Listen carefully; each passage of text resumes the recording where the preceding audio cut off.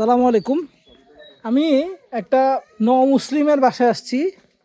তো আমি ওনার বাসাটা একটু দেখানোর জন্য, যে এই যে ঘরে যখন ঢুকলাম, ঢোকার পরে হচ্ছে প্রথম হচ্ছে রান্নাঘর। তো আমাদের রান্নাঘর আর ওনাদের রান্নাঘরের মধ্যে পার্থক্যটা একটু দেখাই। এই যে আমাদের তো গ্যাস থাকে, ওনাদের গ্যাস না, হচ্ছে কাঠও এই রান্নাঘরের মধ্যে ওনারা জমা রাখে। এই যেখানে একটা চুলা, এইটা হচ্ছে ওনাদের রান্নাঘরের জিনিসপত্র রাখার জায়গা, কিচেন ক্যাবিনেটের বিকল্প আর কি। এই হচ্ছে ঢাকনা টাকনা দেওয়া আছে, এখানে একটা পাতিল পানি আছে।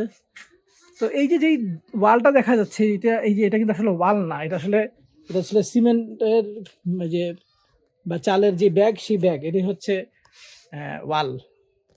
তো এটা হচ্ছে কোনো দরজা নাই। এখানে একটা শাল দেখা যাচ্ছে, এই শালটাও সরোবরের শাল।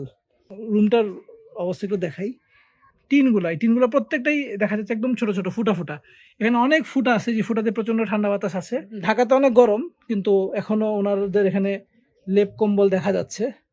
তো এই হলো ঘর, এই একটা বিছানা আর মাটির ঘর। আল্লাহর রহমত যে আমাদেরকে আল্লাহ সুবহানাহু ওয়া তাআলা আলমারি দিছেন, ওয়ার্ড্রপ দিছেন, ওনাদের কাপড় চোপড়গুলো সব সুতার মধ্যে ঝুলে।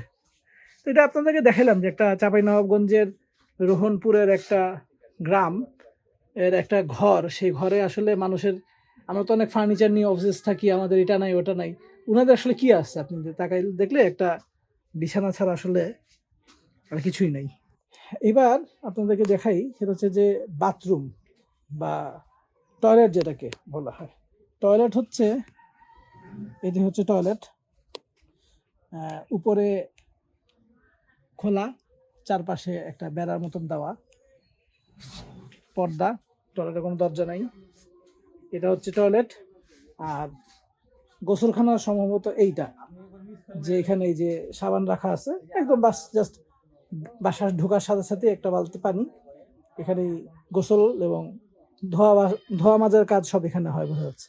বাসার মধ্যে অনেক কোনো জিনিসপত্র ওরকমও নাই, সুতরাং ওই বাসার খুব নিরাপত্তাও দরকার আছে এরকম না। জাস্ট দরজাটা টান দিয়ে হয়তো ওই এটা গিট মেরে দিল, এটাই। এমন সব অভাবী বাড়িতে সরোবর ফুড প্যাকেজ পৌঁছে দিচ্ছে। ফুড প্যাকেজ কিনতে ভিজিট করুন সরোবর.org/ramadanfood।